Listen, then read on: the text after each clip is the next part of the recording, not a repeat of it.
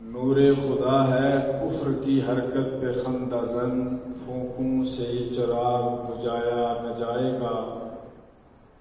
رہ گئی رسم آذاں روح بلالی نہ رہی، رہ گئی رسم آذاں روح بلالی نہ رہی، فلسفہ رہ گیا تلقین غزالی نہ رہی۔ واجب الاحترام معزز بزرگوں، نوجوان ساتھیوں، قرآن مجید فرقان حمید کی سورہ صف کی چند آیات آپ کے سامنے تلاوت کی ہیں۔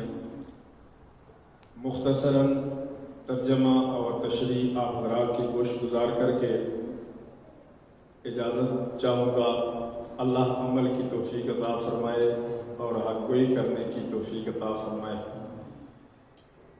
قرآن مجید فرقان حمید کی جو آیت تلاوت کی ہے، اس میں اللہ رب العالمین پاک پیغمبر صلی اللہ علیہ وسلم کی بعثت کے حوالے سے بیان فرما رہے ہیں کہ نبی کریم صلی اللہ علیہ وسلم کی بعثت ہو چکی ہے۔ آپ صلی اللہ علیہ وسلم کو خاتم الانبیاء بنا کر کے اللہ نے بھیج دیا ہے، ختم نبوت کا تاج آپ کے حوالے کر دیا ہے، اور پھر اللہ کی طرف سے قرآن مجید فرقان حمید وحی کی صورت میں امام الانبیاء صلی اللہ علیہ وسلم کے پاس آ رہا ہے، اور پاک پیغمبر صلی اللہ علیہ وسلم اللہ کے حکم سے غلبہ دین کے لیے دن رات محنت کر رہے ہیں، کوشش کر رہے ہیں، اور پھر پاک پیغمبر صلی اللہ علیہ وسلم کی اس محنت کے غلبے کے راستے میں رکاوٹ ڈالنے والوں کو اللہ رب العالمین مخاطب ہو رہے ہیں۔ فرماتے ہیں وَمَنْ أَظْلَمُ مِمَّنِ افْتَرَىٰ عَلَى اللَّهِ الْكَذِبَ وَهُوَ يُدْعَىٰ إِلَى الْإِسْلَامِ۔ اللہ فرماتے ہیں کہ اس سے بڑا اور کون ظالم ہوگا کہ جو اللہ رب العالمین پر جھوٹ باندھے، افترا کرے، اور جو اللہ رب العالمین ان کو بلا رہا ہے وہ یدعا الی الاسلام، یعنی پاک پیغمبر صلی اللہ علیہ وسلم اللہ کے حکم سے کام کر رہے ہیں، اور آپ صلی اللہ علیہ وسلم ان لوگوں کو اللہ کی طرف بلا رہے ہیں، دین اسلام کی طرف بلا رہے ہیں، اور وہ لوگ پاک پیغمبر صلی اللہ علیہ وسلم کی دشمنی ان کے ساتھ کر رہے ہیں اور دین اسلام کو مٹانے کی کوشش کر رہے ہیں۔ اللہ فرماتے ہیں ان سے بڑا اور ظالم کون ہوگا کہ انہیں دین کی طرف بلایا جائے اور یہ دین کی طرف بلانے والے کے دشمن بنے۔ اللہ فرماتے ہیں واللہ لا یہدی القوم الظالمین، ایسی قوم جو ظالم قوم ہے اللہ ایسے ظالموں کو ہدایت نہیں کرتا۔ دین کی طرف بلایا جائے اور بلانے والے کے دشمن بنے، تو یہ مدینے کی یہودی جو پاک پیغمبر صلی اللہ علیہ وسلم کے سامنے تو نہیں آ سکتے تھے، سامنے آ کر خود سامنا تو نہیں کر سکتے تھے، لیکن پس پشت پس دیوار آپ صلی اللہ علیہ وسلم کے خلاف سازشیں کرتے تھے۔ قرآن مجید فرقان حمید کی سورہ حشر کے اندر اللہ رب العالمین نے صاف بتا دیا کہ یہ آپ کے ساتھ قتال کرنے کے قابل نہیں ہیں، قتال نہیں کر سکتے یہودی۔ لا یقاتلونکم جمیعا الا فی قری محصنۃ او من وراء جدر۔ اللہ فرماتے ہیں کہ سامنے آ کر امام الانبیاء کے یہ قتال نہیں کر سکتے، لیکن دیوار کی اوٹ لیں گے، کھجوروں کے باغاتوں کی اوٹ لیں گے، اور اسی طرح پہاڑوں کے پیچھے سے یہ حملہ آور تو ہو سکتے ہیں، لیکن آمینہ کے لال اور آمینہ کے لال کے ساتھ جو ان کے اصحاب ساتھی مل کر کے سیسا پلائی ہوئی بنیاد مرصوص بن کر کے لڑ رہے تھے، ان کا مقابلہ کرنا یہودیوں کے لیے بڑا مشکل تھا، لیکن وہ کسی چیز کی اوٹ میں یا تو اوٹ میں آ کر مقابلہ کرنے کی کوشش کرتے تھے، اور یا پھر مشرکین مکہ کو ابھارتے تھے، اکساتے تھے کہ تم حملہ کرو مدینے کے اوپر، ان لوگوں کے گھروں کے اوپر، اس طرح کی مختلف سازشوں کے ذریعے یعنی پاک پیغمبر صلی اللہ علیہ وسلم کے پس پشت ہو کر، پس دیوار ہو کر، پس جدار ہو کر اس طرح یہ کوشش کرتے تھے کہ کس طرح اللہ کے دین کو مٹایا جائے، پاک پیغمبر صلی اللہ علیہ وسلم کی جو بات ہے اس کو ختم کیا جائے۔ اب اللہ فرماتے ہیں کہ ایسی قوم کو ایک تو اللہ ہدایت نہیں دے گا کہ جو دین اسلام کی آواز کو بند کرنے کی دن رات کوشش میں لگے ہوئے ہیں، ایسی قوم ہدایت کے قابل نہیں۔ ان کو اللہ نے صاف کہہ دیا کہ یہ ہدایت کے قابل نہیں، ان کو ہدایت دوں گا ہی نہیں۔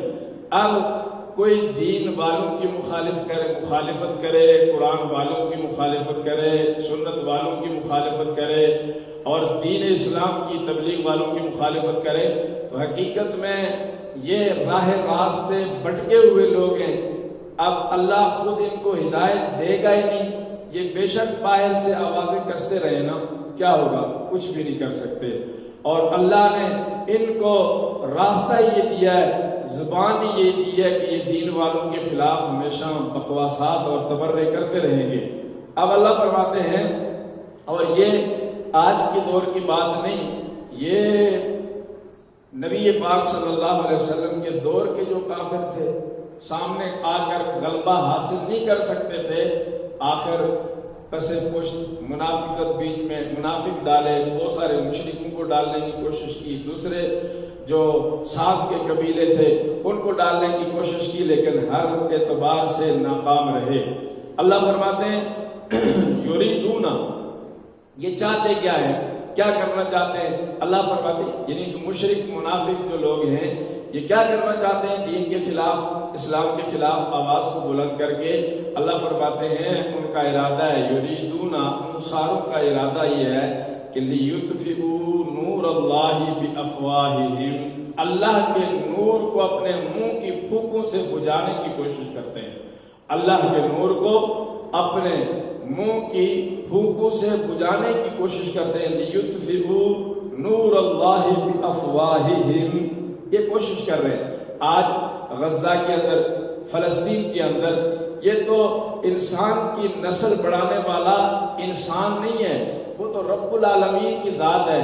یہ انسان کی نسل کشی یہودیت اور یہودیت کی ساری نسل ذریت مل کر کے، صہیونیت مل کر کے، جو بھی یہودیت کے جو ہے ٹوٹی کرنے والے ہیں، یہودیت کو ماننے والے ہیں، اسرائیل کو تسلیم کرنے والے ہیں، جو کچھ کر لیں، ایڑی چوٹی کا زور لگا لیں، کچھ بھی نہیں کر سکتے۔ اللہ فرماتے ہیں ان کا ارادہ یہ ہے کہ یہ اپنے منہ کی پھونکوں سے امام الانبیاء صلی اللہ علیہ وسلم اور خدا تعالیٰ کے نور کو یہ بجھانا چاہتے ہیں۔ تو اللہ کے نور کو اپنے منہ کی پھونکوں سے یہودی بجھا سکتے ہیں؟ کچھ بھی نہیں کر سکتے۔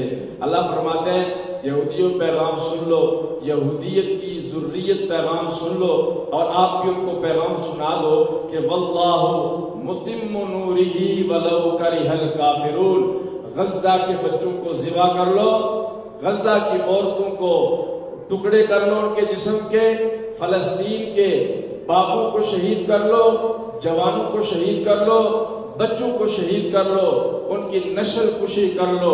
اور اللہ فرماتے ہیں کہ میں نے اپنے محبوب پر جو قرآن نازل کیا ہے، یعنی قرآن مجید فرقان حمید اللہ کی لاریب کتاب ہے، اس کتاب کے اندر جو لکھا ہوا ہے یہ غالب آ کر کے رہے گا۔ واللہ متم نورہ ولو کرہ الکافرون، یہودیت کو، کافروں کو اگر یہ بات بری لگتی ہے، قرآن کی آواز انہیں اچھی نہیں لگتی، قرآن والے اچھے نہیں لگتے، مسجد کے میناروں سے 5 وقت گونجتی ہوئی آذان اچھی نہیں لگتی، قرآن کے قاری اچھے نہیں لگتے، قرآن کے حفاظ اچھے نہیں لگتے، قرآن کی آواز اچھی نہیں لگتی، قرآن کی تلاوت اچھی نہیں لگتی، تو اللہ کا پیغام سن لو، واللہ متم نورہ ولو کرہ الکافرون۔ اللہ فرماتے ہیں کافروں کو بری لگے تو لگتی رہے، میں نے اپنی اس آواز کو، اپنے اس کلام کو اور پاک پیغمبر کی شریعت کا ڈنکا پوری دنیا کے اوپر بجانا ہے۔ وہ وقت دور نہیں ہے کہ انشاءاللہ دنیا کے چپے چپے میں انشاءاللہ محمد مصطفیٰ صلی اللہ علیہ وسلم کی شریعت کا ڈنکا بجے گا انشاءاللہ۔ اللہ ہمارے جسم کو، ہماری قوت کو، ہماری جوانی کو، ہماری آواز کو، ہمارے مال و دولت کو، ہمارے بچوں کو، ہمارے خاندانوں کو اس راستے میں استعمال فرمائے۔ اللہ فرماتے ہیں کہ اس دین کو هو الذی، یہ فرمایا کہ ان کو بری لگتی ہے تو لگے اس کا غلبہ ہو کر رہے گا، کافر نہ مانے تو نہ مانے۔ اور فرمایا کہ هو الذی ارسل رسولہ، جب اس رسول کو امام الانبیاء کو بھیج دیا، محمد مصطفیٰ کو بھیج دیا، بالہدا، ہدایت کے ساتھ، ودین الحق، اور دین حق دے کر کے بھیج دیا، اور اس کے بھیجنے کا مقصد کیا ہے؟ لیظہرہ علی الدین کلہ، تاکہ یہ اپنے دین کو سارے دینوں کے اوپر کیا کرے؟ غالب کرے۔ اور اس بات کے بعد بھی اللہ فرماتے ہیں وَلَوْ كَرِهَ الْمُشْرِكُونَ، اگر مشرکوں کو یہ بات بری لگتی ہے تو وہ بری لگتی رہے۔ وَلَوْ كَرِهَ الْمُشْرِكُونَ، غلبہ زمین کے اوپر انشاءاللہ اللہ کے رسول کی شریعت کا، اللہ کے دین کا غلبہ ہو کر کے رہے گا۔ اور جتنا بھی اللہ کے ماننے والے اور پاک پیغمبر صلی اللہ علیہ وسلم کی ختم نبوت کے سچے پہرے دار، قرآن کی آواز کو بلند کرنے والے جتنے مارے جائیں گے انشاءاللہ جو منزل کامیابی کی ہے وہ قریب ہوتی جا رہی ہے۔ دشمن مار کر کے اور دشمن کے ایجنٹ اسرائیل کو تسلیم کر کے وہ خوشیاں بنا رہے ہیں، لیکن اللہ اگر چاہے تو ایک کمزور سے محمد مصطفیٰ کے امتی مشتاق حسین کو یہاں سے ہمت دے کر کے، جذبہ دے کر کے سمندروں کو چیرتا ہوا وہ غزہ کی سرزمین پہ پہنچ سکتا ہے، لیکن پاکستان کے بے حس بے غیرت حکمرانوں کو غیرت نہیں آتی۔ آج غزہ کی سرزمین پہ معصوم بچوں کے جسم کے ٹکڑے ہو رہے ہیں۔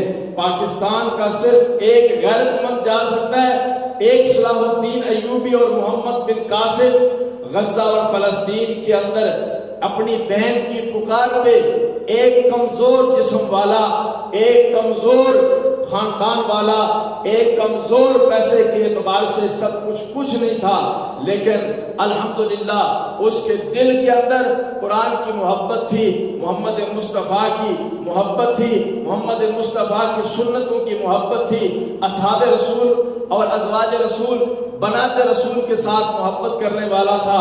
الحمدللہ اس نے جا کر کے ہوائی جہازوں پہ نہیں گیا، اس نے کوئی فلائٹ نہیں اختیار کی، اس نے سمندری راستہ اختیار کر کے بتا دیا کہ صحابہ کے ماننے والے، محمد بن قاسم کے ماننے والے، ابو بکر کے ماننے والے، صلاح الدین ایوبی کے ماننے والے اور عمر فاروق کے ماننے والے آج بھی زندہ ہیں انشاءاللہ۔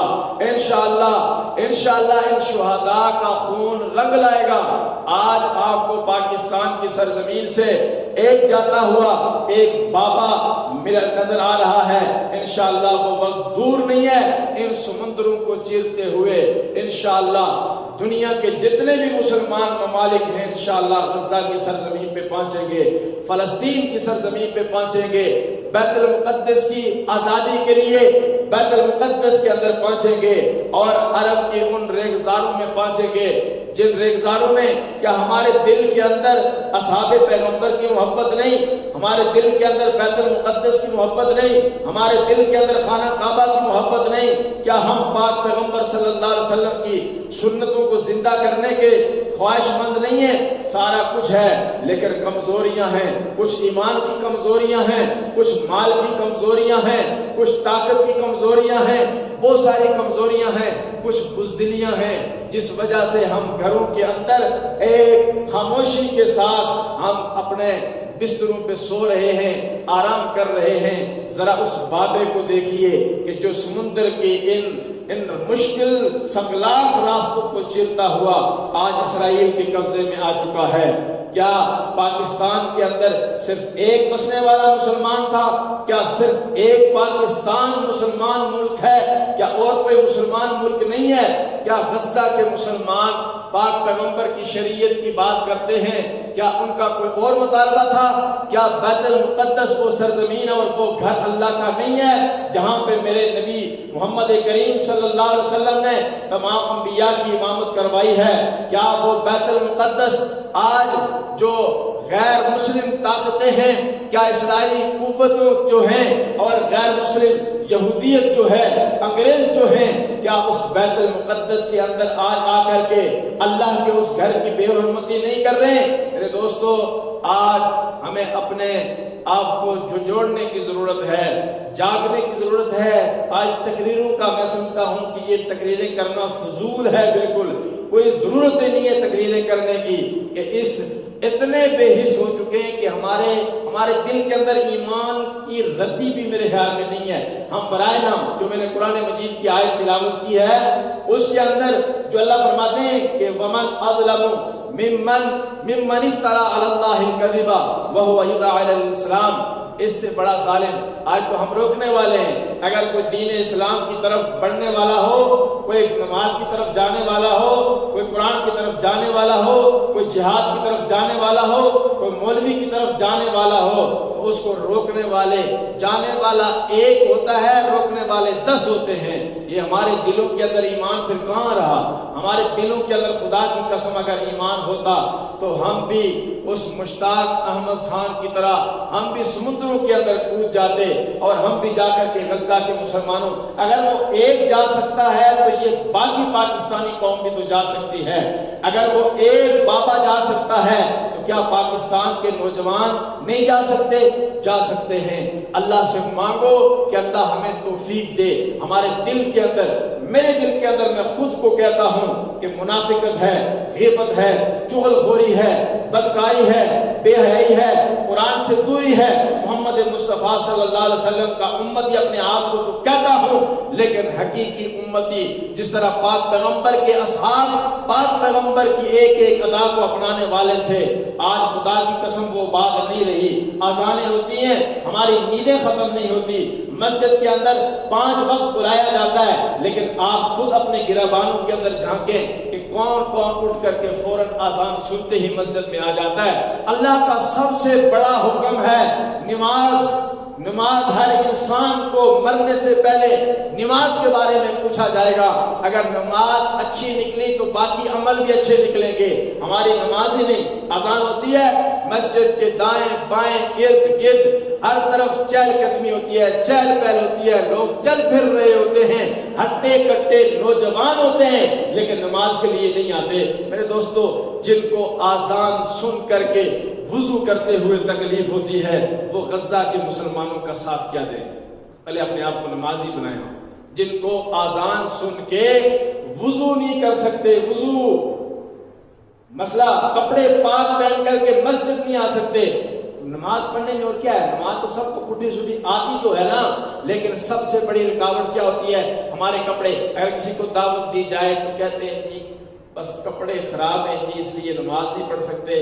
خدا کے بندو، اللہ سے محبت کا دعویٰ تو کرتے ہو، رسول اللہ صلی اللہ علیہ وسلم سے عشق کے دعوے تو کرتے ہو، اپنے آپ کو مسلمان کو کہتے ہو، لیکن نماز نہیں پڑھتے۔ کیوں نہیں پڑھتے جی؟ وضو کون کرے جی؟ کپڑے صحیح نہیں ہیں، کپڑے صحیح نہیں ہیں تو بدل کر لو، بدل لو۔ ایک یونیفارم تو کسی کے پاس نہیں ہے، آج کل ہر کسی کے گھر میں 10-20 جوڑے ہر بندے کے پاس موجود ہیں۔ ان اصحاب پیغمبر کو دیکھیے کہ سیدنا فاروق اعظم رضی اللہ تعالی عنہ کے جسم پہ 2 چادریں ہیں، اصحاب پیغمبر اٹھ کر کے پوچھ رہے ہیں، سوال کر رہے ہیں کہ آپ کے جسم پر دوسری چادر کہاں سے آئی ہے؟ ان کے پاس جسم پر اوڑھنے کے لیے ایک چادر ہوا کرتی تھی، لیکن پھر بھی وہ کہاں مسجد میں جا کر کے نماز ادا کیا کرتے تھے، اپنی نمازیں نہیں چھوڑا کرتے تھے، نماز جا کر کے پابندی کے ساتھ ادا کرتے تھے۔ میرے دوستو، ان کے جسم کے اوپر وقت کا خلیفہ ہے حضرت فاروق اعظم رضی اللہ تعالیٰ عنہ، اور ان کے جسم کے اوپر جو لباس ہے اس کے اوپر 17 پیبند لگے ہوئے ہیں۔ ابو بکر صدیق رضی اللہ تعالیٰ عنہ نے اپنے مال و دولت کو اللہ کے راستے میں قربان کر دیا، آخری ایک جوڑا تھا اس کو بھی بیچ کر کے فروخت کر کے اس کا جو پیسہ ملا وہ جا کر کے رسول اللہ صلی اللہ علیہ وسلم کے دفاعی فنڈ کے اندر شامل کروایا، اور خود اپنے جسم پہ ٹاٹ بوری خرید کر کے اپنے جسم پر لپیٹ لی۔ اور پھر بھی ابو بکر صدیق کا مرتبہ کیا کم ہو گیا تھا؟ کم تو نہیں ہوا۔ رسول پاک صلی اللہ علیہ وسلم جب دنیا سے جانے لگے تو اپنا مصلح کس کے حوالے کیا تھا؟ اسی ابو بکر کے حوالے کیا تھا، جو ابو بکر بوری کا لباس پہنتا تھا، جس نے اپنے گھر میں 40 ریشم کی دکانیں تھی یا 6 ریشم کی دکانیں تھی، وہ سب کچھ رسول اللہ صلی اللہ علیہ وسلم کے دین کے لیے اللہ کے راستے میں قربان کر کے بوریوں کا لباس، ٹاٹ کا لباس پہن کر کے رسول اللہ صلی اللہ علیہ وسلم کی ابتداء میں امامت میں نماز ادا کر رہا ہے۔ اور وہ وقت آیا جب اللہ نے عزت دی، اس سے بڑی اور کیا عزت ہو سکتی ہے کہ انہیں رسول اللہ صلی اللہ علیہ وسلم کے چہرے کی زیارت نصیب ہوئی ہے۔ لیکن رسول اللہ صلی اللہ علیہ وسلم جب دنیا میں نہیں رہے، پردہ فرمایا، تو اب اس مصلے پہ وہ ٹاٹ کا لباس پہننے والا سیدنا ابو بکر صدیق آ کر کے کھڑا ہوا۔ اس منبر کا وارث، وہ ٹاٹ کا لباس پہننے والا میرے پیغمبر کا سسر ابو بکر صدیق آ کر کے کھڑا ہوا۔ میرے دوستو، ان لوگوں نے عملی طور پر میدان میں آئے، اللہ نے ان کو دنیا کے اوپر کافروں کے اوپر غلبہ دیا۔ کافر ان کا نام لے سن کر کے ڈرتا تھا، کیا وہ فاروق اعظم رضی اللہ تعالی عنہ، اس کو آپ نہیں جانتے جو سو رہا ہے، ایک درخت کے نیچے سو رہا ہے، تلوار کو درخت کے ساتھ فاروق اعظم رضی اللہ تعالیٰ عنہ نے لٹکایا ہوا ہے۔ باہر سے یہودی ہر وقت تاک میں تو رہتے ہیں، مسلمانوں کو دبانے کی کوشش تو کرتے رہتے ہیں، ہر وقت کوشش تو ہوتی ہے کہ کس طرح ہم ان مسلمانوں کو دبائیں، ختم کریں، صفحہ ہستی سے مٹائیں۔ امیر المومنین کی تلوار درخت کے ساتھ لٹک رہی ہے، یہودی آیا اور حضرت فاروق اعظم کی تلوار پکڑ کر کے، حضرت عمر فاروق سوئے ہوئے پکڑ کر کے حضرت عمر فاروق رضی اللہ تعالیٰ عنہ کو جگا کر کہنے لگا کہ عمر، اب تجھے اس تلوار سے کون بچائے گا؟ عمر کسی درخت کا ماننے والا تو نہیں تھا نا، کسی بابے کا ماننے والا تو نہیں تھا نا، کسی قبر کا ماننے والا پجاری تو نہیں تھا نا، کسی پتھر اور گھوڑے کا پجاری تو نہیں تھا نا، جھنڈے کا پجاری نہیں تھا، وہ رب العالمین کو وحدہ لا شریک ماننے والا تھا۔ سیدنا فاروق اعظم سے جب اس یہودی نے مخاطب ہو کر کہا اب تجھے کون بچائے گا، تو سیدنا فاروق اعظم رضی اللہ تعالی عنہ نے فرمایا میرا رب بچائے گا، ربی اللہ، میرا رب بچائے گا۔ اب جب سیدنا فاروق اعظم رضی اللہ تعالی عنہ نے اپنے گرجدار انداز میں، روبدار انداز میں، گرجدار آواز میں اپنے رب کا نام لیا تو کافر کی ٹانگیں کانپنے لگی اور تلوار ہاتھ سے کانپنے کی وجہ سے گر گئی، اور حضرت سیدنا فاروق اعظم رضی اللہ تعالیٰ عنہ نے وہی تلوار اٹھائی اور اٹھا کر کہا کہ کافر، اب تجھے عمر کے ہاتھ سے کون بچائے گا؟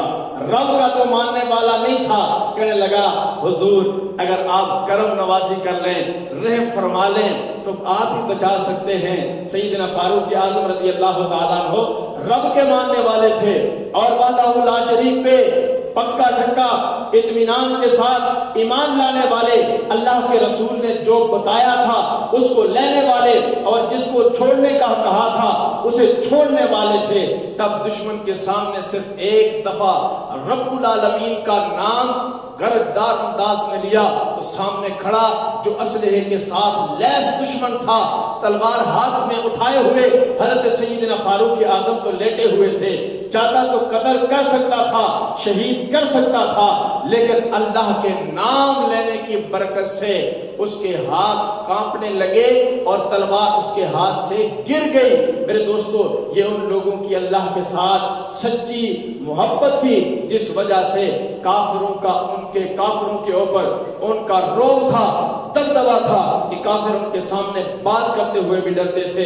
اور یہ سیدنا فاروق اعظم جن راستوں سے چلتے تھے، شیطان کو راستے جو چھوڑ کر کے بھاگ جایا کرتا تھا۔ وجہ کیا تھی؟ حضرت فاروق اعظم کے ساتھ کوئی لاہ لشکر نہیں تھا، کوئی بڑا اسلحہ نہیں تھا۔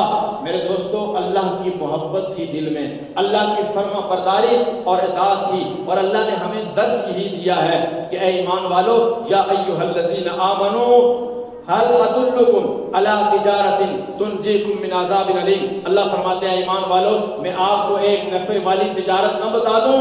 وہ نفع والی تجارت اگر آپ کرو گے تو اللہ فرماتے ہیں تنجیکم من عذاب علیم، وہ رب العالمین کی طرف سے جو تمہیں گناہوں کی وجہ سے، نافرمانیوں کی وجہ سے، معصیت کی وجہ سے، شرک و بدعت کی وجہ سے، نمازیں چھوڑنے کی وجہ سے، دین سے دوری کی وجہ سے، اللہ کی طرف سے جو تمہیں دردناک عذاب دیا جائے گا، اللہ فرماتے ہیں وہ نفع والی تجارت جب تم کرو گے تو اللہ اس دردناک عذاب سے تمہیں بچا لیں گے۔ اللہ وہ نفع والی تجارت کیا ہے؟ اللہ فرماتے ہیں تؤمنون باللہ، اللہ پر ایمان لاؤ۔ ایمان ایسا نہیں کہ جیسے ہم کلمہ پڑھتے ہیں اور ہفتے کے بعد جمعے کی نماز کے لیے مسجد میں آتے ہیں، پورا ہفتہ اذانیں سنتے رہتے ہیں، اللہ کا نام سنتے رہتے ہیں، لیکن کبھی سن کر اذان کا جواب بھی نہیں دیا۔ نماز پڑھنا تو دور کی بات ہے، اللہ اکبر کی صدا بلند ہوتی ہے، ہم نے سن کر کے اللہ اکبر بھی نہیں کہا۔ ایسے بھی مواقع آتے ہیں اور ایسے بھی لوگ دیکھنے میں آتے ہیں کہ جن کے اذان سننے پر بھی ان کے گھروں سے شور شرابہ ختم نہیں ہوتا، ان کی گپ شپ ختم نہیں ہوتی، ان کی کچہریاں محفلوں میں ان کی آوازیں دھیمی نہیں ہوتی، وہ اسی طرح بلند اور گرجدار آواز میں اپنی گپ شپ کے اندر مصروف رہتے ہیں۔ یہ ایمان نہیں۔ اللہ فرماتے ہیں اگر نفع والی تجارت چاہیے تو تؤمنون باللہ، ایمان لاؤ کس کے اوپر؟ اللہ کے اوپر۔ اور ایمان کیسا چاہیے؟ ابو بکر کی طرح کا، عمر فاروق کی طرح کا، عثمان و علی کی طرح کا ایمان چاہیے، اور اس ایمان پر جب آ جاؤ گے اور پھر ورسولہ، اور اس کے رسول پر، خاتم النبیین محمد مصطفیٰ صلی اللہ علیہ وسلم پر ایمان لاؤ، آپ کی ختم نبوت کو تسلیم کرو، ختم نبوت کے پہرے دار بنو، وَتُجَاهِدُونَ فِي سَبِيلِ اللَّهِ، اور اللہ کے راستے میں جہاد کرو۔ اللہ کے راستے میں کیا کرو؟ جہاد کرو۔ جہاد کا ایک مطلب یہ بھی ہے کہ اللہ کے دین کے لیے اپنے جسم کو مشقت میں ڈالو، تکلیف میں ڈالو۔ آج ہم تکلیف تو کہاں، پسینے کی ایک بوند بھی ہمارے ماتھے پہ آ جائے، مسجد کے اندر قالینیں لگی ہوئی ہیں، لیکن تھوڑی دیر کے لیے اگر پنکھا بند ہو جائے تو مولوی صاحب کے منہ کی طرف بہت سارے لوگ دیکھ رہے ہوتے ہیں اور ادھر سے پنکھا دیکھ رہے ہوتے ہیں، ادھر سے مولوی کا منہ، ادھر سے پنکھا۔ اتنی ہمت بھی نہیں کرتے کہ پنکھے کا بٹن اٹھ کر کے ہم خود آن کر لیں، یہ ہم مجاہدہ کریں گے، ہم جا کر کے غزہ کے ان لوگوں کا ساتھ دیں گے۔ میرے دوستو، اپنے آپ کو بنانا پڑے گا، اپنے آپ کو بنانا پڑے گا، یہ سوچنا پڑے گا کہ ہم تو ایسی بے حس قوم ہیں کہ ہم تو مسجد میں آ کر پنکھے کا بٹن آن کرنے کے لیے تیار نہیں ہیں، ہم غزہ کے ان لوگوں کی مدد کیا کریں گے؟ صحیح بات کرو نہیں کرو؟ اگر میں مسجد کے اندر پنکھے آن نہ کروں نا خود، تو کوئی نہیں آن کرتا، بس دیکھتے رہتے ہیں، نماز کے بعد پھر مولوی کا منہ تکتے رہتے ہیں، السلام علیکم کہہ رہے، اسی امام کے پیچھے نمازیں پڑھی اور اسی کو اپنا غلام بنایا۔ ایسے لوگوں کا کیا ہوگا؟ یہ قیامت کا منظر ہے، قیامت کا منظر ہے کہ جس امام کے پیچھے نمازیں پڑھو، اسی امام کے اوپر تم توقع رکھو کہ یہ پنکھا چلا کے دے گا تو بقیہ نماز ہم پڑھیں گے۔ پھر قیامت کا انتظار کرو، پھر اپنے گھروں کے اندر، اپنی اولادوں کو، ابو جہل کا ساتھی دیکھ لو، عتبہ شیبہ کا ساتھی دیکھ لو کہ جس امام کے پیچھے تم نماز پڑھتے ہو اس امام کو اپنا غلام سمجھتے ہو، پھر انتظار کر لو اپنی اولادوں کا، یہ ابو بکر نہیں بنیں گے، محمد بن قاسم نہیں بنیں گے، صلاح الدین ایوبی نہیں بنیں گے، فاروق اعظم نہیں بنیں گے۔ میرے دوستو، یہ ان کے برعکس جو مقابلے میں آنے والے دشمن ابو جہل جیسے، یہ وہی بنیں گے۔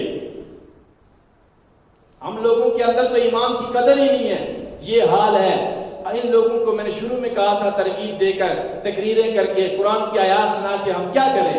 اندر امام کے پیچھے نمازیں پڑھتے ہیں، باہر خدا کی قسم کر کے کہتا ہوں، ہماری مسجد کے کئی نمازی ہیں، وہ باہر نکل کے امام کے خلاف باتیں کرتے ہیں، اسی امام کے پیچھے نمازیں پڑھی، اسی امام کے خلاف بکواسات کیے۔ ہوں گی نمازیں؟ سب سے بڑی بات کیا ہوتی ہے؟ امام حرام کھاتا ہے، امام حرام کھاتا ہے۔ کیا حرام؟ ثبوت کچھ بھی نہیں ہوتا۔ اس لیے یار خدا کے لیے بس یہ قیامت کا انتظار کرو، اور اپنے بچے، ویسا بھی آج کل مرزا پلمبر صاحب کا چل رہا ہے درس، اس کے وہ ویسا بھی اولادوں کو انگریزوں کا غلام بنا رہا ہے، وہ تو ہے ہی ہے، لیکن اولادوں کو بھی غلام بنا رہا ہے۔ اگر یہی کیفیت رہی تو خدا کی قسم آسرا نہ کرنا کہ ہماری اولاد محمد بن قاسم جیسی مجاہد بنے گی اور یہ قرآن کے قاری اور حفاظ بنیں گے، پھر یہ آسرا نہ کرنا۔ اگر چاہتے ہو میری عزت بے شک نہ کرو، میری عزت بے شک نہ کرو، میں اپنے کام خود کرتا رہوں گا، میری مسجد کی صفائی آپ بے شک نہ کرو، میری مسجد میں آ کر اذان بے شک نہ دو، میری مسجد میں آ کر پنکھے بے شک نہ کرو، یہ سب کچھ میں خود کر لوں گا انشاءاللہ، جب تک رب العالمین نے ہمت دی ہوئی ہے۔ لیکن خدا کے لیے مولوی، میں تو اپنے آپ کو کسی کا غلام نہیں سمجھتا ہوں، میں اپنے آپ کو رب کے گھر میں بیٹھ کے منبر رسول پہ قرآن سامنے کھول کر کے یہ سب کچھ اس لیے کر رہا ہوں کہ یہ گھر میرے رب کا ہے، کسی کے باپ کا نہیں ہے۔ یہ گھر کس کا ہے؟ بولے کس کا ہے یہ گھر؟ اللہ کا گھر ہے۔ اللہ کے گھر کی چوکیداری اللہ کا غلام بن کر کے انشاءاللہ جب تک جسم کے اندر طاقت ہے اور جب تک یہاں ہوں انشاءاللہ کرتا رہوں گا۔ اور صرف یہ میری بات نہیں، مسجد کے اندر جتنے بھی مولوی ہیں ان سب کا یہی نظریہ ہے۔ اس لیے اپنے آپ کو اللہ کا غلام بناؤ، نہ مولوی کا غلام بناؤ، نہ کسی اور دنیا دار کا غلام بناؤ، اور نہ کسی اور کا غلام بناؤ۔ اگر غلام بننا ہے اللہ کا بنو، اگر غلام بننا ہے تو محمد مصطفیٰ کا بنو، غلام بننا ہے تو ابو بکر و عمر کا بنو، عثمان و علی کا بنو۔ انشاءاللہ اگر اس طرح ہماری زندگی بن گئی تو انشاءاللہ ہمارے بچے بھی محمد بن قاسم اور صلاح الدین ایوبی اور اسی طرح صحابہ و تابعین جیسے بنیں گے۔ اگر اس طرح نہ ہوا تو پھر یہ پنکھا آن نہیں کر سکتے تو یہ جہاد جا کر کے کیا کریں گے؟ پھر یہ بس نو امیدی ہی رہے۔